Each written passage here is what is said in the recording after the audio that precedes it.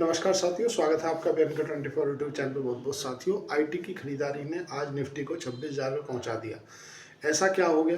देखो क्या है, एआई का बबल फूट रहा है अमेरिका में। उसके चलते जो आपने यहाँ पे आईटी की कंपनियां हैं ना, उनके अंदर फिर से रिवर्स ट्रेडिंग के संकेत दिखने लगे हैं। रिवर्स ट्रेडिंग क्या होती है? बेसिकली जब उसकी जो कॉम्पिटिटर है ना, उसके अंदर आने वाली जो अनसर्टेनिटी है ना, वो जो रिवर्स ट्रेडिंग को जन्म देती है। रिवर्स ट्रेडिंग का मतलब ये हुआ कि वहाँ पे एआई का बबल फूट रहा है और एआई का नुकसान होने से या एआई को जितनी क्षति होगी ना, उसका डायरेक्ट इम्पैक्ट देखने के लिए मिलेगा आईटी।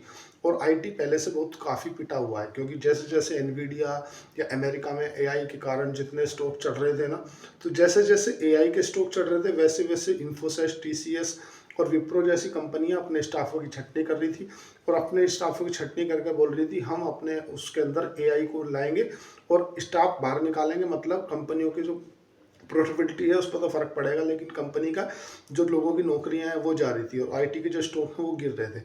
लेकिन अब ऐसा नहीं है।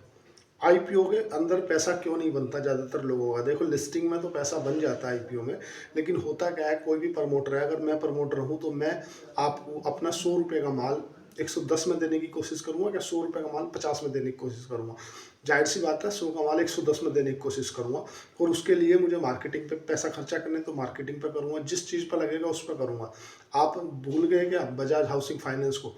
बजाज हाउसिंग फाइनेंस 70 रुपये में आईपीओ आया था और पब्लिक के अंदर ऐसा हवा मचा था कि आईपीओ आईपीओ आईपीओ आईपीओ। और जो 70 रुपये में प्रमोटर ने माल बेचा था वही 180 रुपये पे ले जाकर के पब्लिक ने हवा मचा दिया। और जो बजाज हाउसिंग फाइनेंस है, उसकी जो पेरेंट कंपनी है बजाज फाइनेंस, उसने फिर हाल का क्या किया, 180 रुपये पे आके उसने खुद ही माल बेच दिया कि यार तुम हमें आने वाले अगर 5 साल की बुक वैल्यू आज ही दे रहे हो। प्रमोटर ने तो 70 रुपये पर जब प्राइस रखा होगा तब भी सोचा होगा कि 70 रुपये में सही है क्या, 60 कर लें इसका। लेकिन आपने जो 60 रुपये का शेयर था ना, उसकी वैल्यू बढ़ाते बढ़ाते बढ़ाते बढ़ाते 180 कर दी। 6 दूनी 12, 36 18। उन्होंने बोला आने वाले 4 साल का आज ही दे रहे हो तो हमसे आज ही ले लो। बजाज हाउसिंग फाइनेंस में क्या हुआ आप सबको मालूम है। अब होता क्या है कि लोगों के अंदर जो एक हवा मचता है, अरे यार जो खरीदो खरीदो खरीदो, तुम रह जाओ तुम रह जाओ तुम रह जाओ। और उस कारण से उस स्टॉक का जो प्राइस है ना, क्योंकि स्टॉक कोई भी बढ़ता है तो डिमांड सप्लाई के कारण बढ़ता है, अंदर एक हवा मचता है। आज ग्रो में देखो, ग्रो 100 पे लिस्ट हुआ, मतलब 100 पे आईपीओ में मिला, 115 पे लिस्ट हुआ, तो लोगों ने खरीदो खरीदो खरीदो खरीदो। अरे यार, किसी चीज़ की वैल्यू भी होती है। इंडस्ट्री का जो पी है ना, उस इंडस्ट्री का 37 का है और वो चला गया 65 पे, 190 रुपये के आसपास। मतलब 3 दिन के अंदर 90% रिटर्न दे दिया। अब लोअर सर्किट लग गया, मतलब हर आदमी उसे बेचने के लिए ही बैठा है। तुम तो किसी रेट में बस ले लो। मतलब आपने देखोगे ना, ग्रो का जो लोअर सर्किट लगा ना, किसी भी रेट में हर आदमी बेचने के लिए बैठा है। ये कंडीशन ग्रो की है। मैं कैसे बनाता हूँ पैसा, या मेरा क्या स्ट्रेटजी रहती है? मैं सिंपल है, ईमानदार मैनेजमेंट के ऊपर जब कंपनी में खराब समय होता है तब पैसा लगाना चाहिए। अगर शेयर मार्केट में आपको पैसा बनाना है ना, और ईमानदार मैनेजमेंट है, जो कंपनी का प्रमोटर है वो अगर ईमानदार है, तो आपको क्या करना है, खराब समय में, जब कंपनी का खराब समय चल रहा हो उस समय में उस कंपनी में पैसे लगाओ। आप टेक्निकल वालों के चक्कर में, क्योंकि टेक्निकल वाले क्या करते हैं, एक दो बार पी आर, एक दो जो टेक्निकल वर्ड्स हैं ना, उनके कारण आपको लगता है कि आप, मैं चार्ट प्रोडक्ट कर सकता हूँ, चार ऊपर जाएगा कि नीचे जाएगा। हंस दो। शेयर मार्केट में जो टेक्निकल है वो मात्र 1% है, 99% दूसरी चीज़ें हैं, टेक्निकल नहीं है। लेकिन आप 1% के ऊपर अपना पूरा पैसा लगाते हो, 99% पर ध्यान भी नहीं देते। हमेशा जो, अगर आपको लंबे समय में पैसा बनाना है ना, और कंपनी की जो कौन कौन में जो मैनेजमेंट ने बताया, उसका मैनेजमेंट को सुनो कि भाई वो क्या बता रहा है और उसके अनुसार काम करो, तो आप पैसा बना लोगे भविष्य में। अगर आप सोचोगे कि नहीं यार मैं तो पी देखूंगा, ईपीएस देखूंगा और जो है ऊपर जाएगा नीचे जाएगा, नहीं भाई। देखो, अगर मैनेजमेंट ने कहा है, जैसे मैं ईएमएस की बताता हूँ आपको, ईएमएस की कौन कौन हुई, ईएमएस ने खराब नतीजे दिए और ईएमएस लगभग लगभग ये मान के चलो 1,000 रुपये से आज 460 रुपये के आसपास चल रहा है। मैनेजमेंट से पूछा किसी ने कि आप अपने आने वाले समय में क्या 50% की ग्रोथ दे सकते हो? उनने बोला हम बिल्कुल नहीं दे सकते। मतलब मैनेजमेंट जो है ना, ईमानदार है, ओनर्स है, सही बात बोल रहे हैं। उनने बोला क्यों नहीं दे सकते? फिर एक ने पूछा कि आपके जो मार्जिन है वो फ्लक्चुएट क्यों होते हैं, कि 3%, कभी 5%, कभी 8%, घटते बढ़ते रहते हैं। बोले हमारा जो टेंडर को रिलेटेड काम है और गवर्नमेंट के जब हम टेंडर डालते हैं तो वो बिडर के अनुसार रहते हैं, हमारी कौन सी बिड है, हमारे कंपटीशन में कौन है, तो उसके किसी टेंडर में हमें मार्जिन ज़्यादा मिल जाता है और किसी टेंडर में हमें कम मिल जाता है। बोले अभी इस क्वार्टर में आपने सेल कम क्यों करी?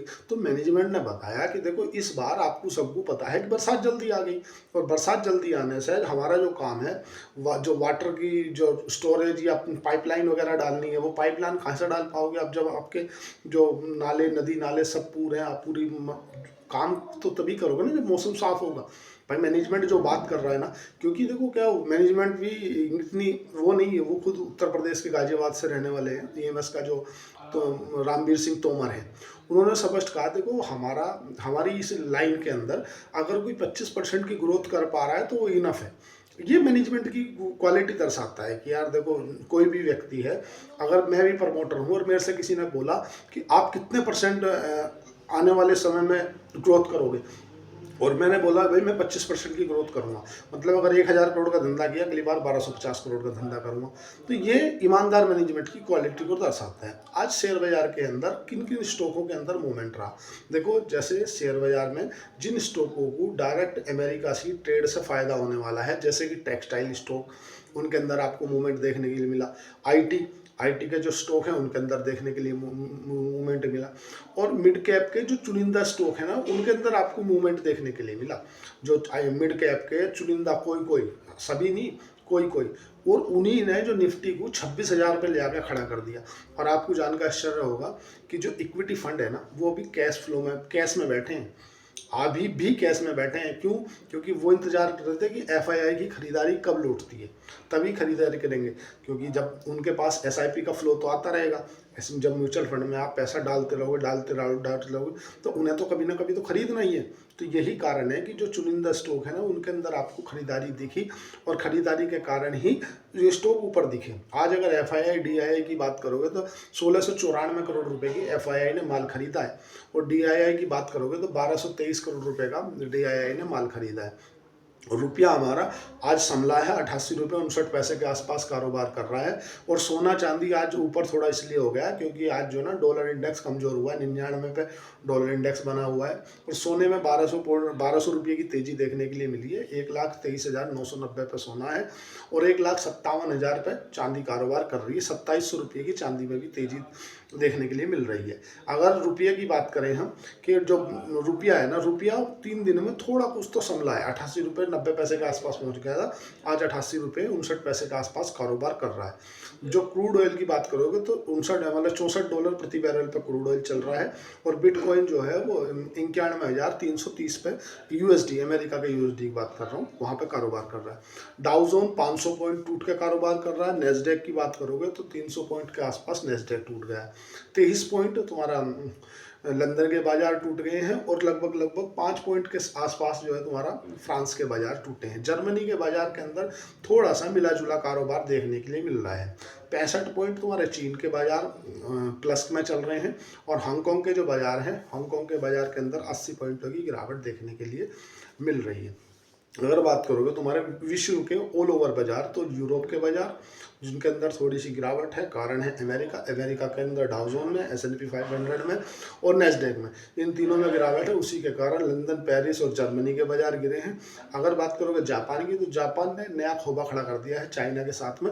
यही चलते कि जापान के बाजार में कल 1500 पॉइंट की गिरावट देखने के लिए मिली, और अभी भी लगभग 100 पॉइंट के आसपास की गिरावट के साथ ही कारोबार हो रहा है। क्यों हो रहा है? क्योंकि जापान के प्रधानमंत्री उन्होंने नया खोबा खड़ा कर दिया, बोले हम देखेंगे क्या करना है।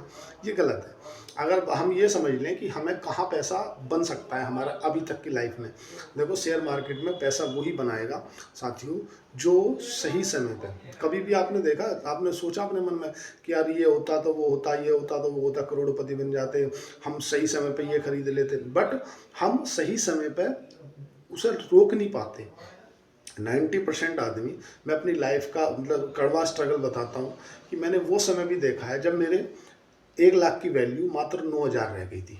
मतलब आप उम्मीद करोगे कोविड के समय पे 1,000 की वैल्यू 9,000 रह गई थी, 1 लाख की वैल्यू 9,000 रह गई थी। मतलब 90% आसपास में जो पैसा था वो डेड हो गया। उसी 1 लाख से 4 लाख 5 लाख भी हुआ है। 4 गुना 5 गुना स्टॉक होते हैं। देखो कंपनियों का जब खराब समय होता है, लेकिन कुछ लोग जो मैनेजमेंट अच्छा होता है वो पकड़ पाते हैं। बहुत से लोग ऐसे होते हैं जो बैलेंस शीट को ही घुमा देते हैं, पता चले आपका माल नहीं बेचा।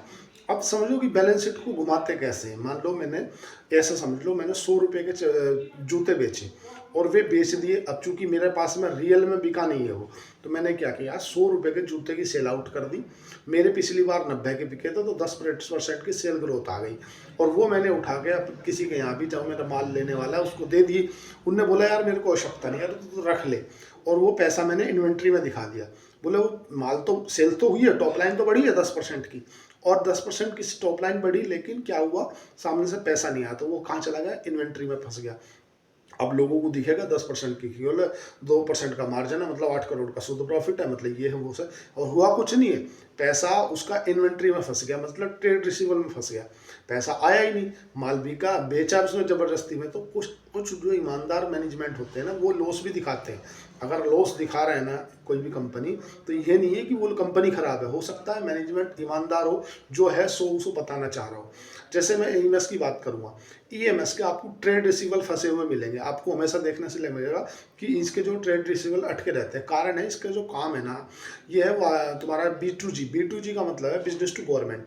ये काम करती है गवर्नमेंट को। और मान लो सपोज करो इसने कोई पाइपलाइन का प्रोजेक्ट लिया है ना, अब इसको कोई 200 करोड़ का प्रोजेक्ट लिया, तो इसको क्या करना है, उस प्रोजेक्ट को पहले कंप्लीट करेगी। तो मतलब 3 महीने अर्ली 30 दिन के आसपास इसको अपनी जेब से पैसा लगाना है। उसके बाद जब ये पूरा प्रोजेक्ट पूरा कर देगी, उस प्रोजेक्ट को पूरा करने के बाद बिलिंग सर्वे वाला आएगा, वो सर्वे करेगा, फिर उसके बाद इनका बिल बनेगा, और बिल बनने के बाद ऊपर जाएगा। सरकारी काम तुम्हें पता है कि भाई 90 दिन, मतलब 40-50 दिन तो नॉर्मली है कि आपका बिल पास होकर आना। तो इसलिए आपको जितने भी जो भी कंपनी B2G है, बिजनेस टू गवर्नमेंट है ना, उनके अंदर आपको 30 से 40 दिन 50 दिन उनका जो पेबल है ना, टेज टू पेबल, मतलब पैसा फंसा हुआ मिलेगा। और अगर तुमने मान लो कोई पाइपलाइन की प्रोजेक्ट ले लिया, तो उसमें पहले तो तुम्हें अपनी जेब से ही लगाना है। तो उस स्थिति में आपको क्या लगेगा कि इनके जो कैश है ना, वो कैश जेब से जाएगा। पहले शुरू में 3 महीने तो अपनी जेब से ही लगाना है ना। तभी तो ऐसा तो नहीं कि कंपनी, मतलब आपने कोई टेंडर लिया, सरकार एकदम से तुम कह देगी लो 5,000 करोड़ रुपए काम कर दो। पहले आप उस काम को करोगे, फिर उसको उसकी फाइल बनाओगे, फिर उसके बाद में वो सर्वे वाला आएगा, फिर चेक करेगा, फिर देखेगा। तो हमेशा जो भी कंपनी B2G है, बिजनेस टू गवर्नमेंट है ना, उनके अंदर ये समस्या देखने के लिए मिलेगी। या जैसे बहुत से लोग फंस जाते हैं, मतलब जर्नली मैंने देखा अपनी लाइफ में कि 60 से 70% लोग हैं ना स्टॉक मार्केट में ऊपर में खरीदते हैं, हमेशा नीचे ही बेचते हैं। बेचना नहीं है, अगर गलती से ऊपर ले भी लिया, कंपनी अच्छी है, मैनेजमेंट अच्छा है, तो नीचे के रेट पे मैं किसी स्टॉक को खरीदने बेचने की कोई रिकमेंडेशन नहीं दे रहा। अपने वित्त सलाहकार से पूछ के ही खरीदें, जो भी खरीदना है उससे पूछ के ही बेचें। मेरा कहना ये है, अगर अच्छी कंपनी है और ईमानदार मैनेजमेंट है, तो नीचे के भाव पे अगर उसको एवरेज भी कर लिया जाए तो कोई बुराई नहीं है। जैसे वारी एनर्जी है, वारी एनर्जी में इतना एक क्या हुआ है कि इनके कुछ ठिकानों के ऊपर इनकम टैक्स की रेड लगी है, और 25 से जो ज़्यादा टीमें हैं उन्होंने इनकम टैक्स की रेड मारी है। तो अगर इनकम टैक्स की रेड लगी है, तो उसका मतलब ये नहीं है कि कंपनी खराब हो गई या मैनेजमेंट अब सब कंपनी बेचने वाली है, ऐसा कुछ नहीं है भाई। हो जाता है कई बार कि इनकम टैक्स को ऐसा लगता है कि भाई इन्होंने कैश में हेरा फेरी करी है, तो वो जांच के लिए बोल देते हैं कि आप जाओ रेड मारो, अगर सब कुछ ठीक मिलता है। इससे पहले पॉलीकैब के ऊपर भी तो रेड लगी थी भाई। पॉलीकैब के ऊपर इससे पहले आपने देखा है, 1 से 1.5 साल पहले 4,000 के आसपास पॉलीकैब का शेयर चल रहा था, और रेड लगी तो पॉलीकैब का शेयर आ गया लगभग 3,000 के आसपास। लोगों को लगा कि अब पॉलीकैब बर्बाद हो जाएगी, बिक जाएगा, कुछ नहीं हो सकता। मेरे भाई पॉलीकैब आज तुम देख लो कहाँ है। तो किसी का अगर रेट लग गई तो कंपनी खराब होगी, ऐसा नहीं है भाई। ठीक है, जो सरकारी सिस्टम में बैठे हुए अधिकारी है उन्होंने हो सकता लग सकता है कि यार कुछ ना कुछ गड़बड़ है, तो उसके लिए इतना टेंशन नहीं ले, पैनिक ना करें। अगर आपकी स्टॉक मार्केट में काम करना तो आप शेर खान के साथ जा सकते हो, नीचे दिए गए डिस्कशन पर लिंक दिया गया, आप वहाँ पर जाकर अकाउंट ओपन कर सकते हैं। आज के लिए इतना ही। चैनल को लाइक करें, सब्सक्राइब करें, कमेंट करें, और जो भी कुछ क्वेरी रहे उसे कमेंट बॉक्स में जरूर पिन किया करें। धन्यवाद, थैंक यू।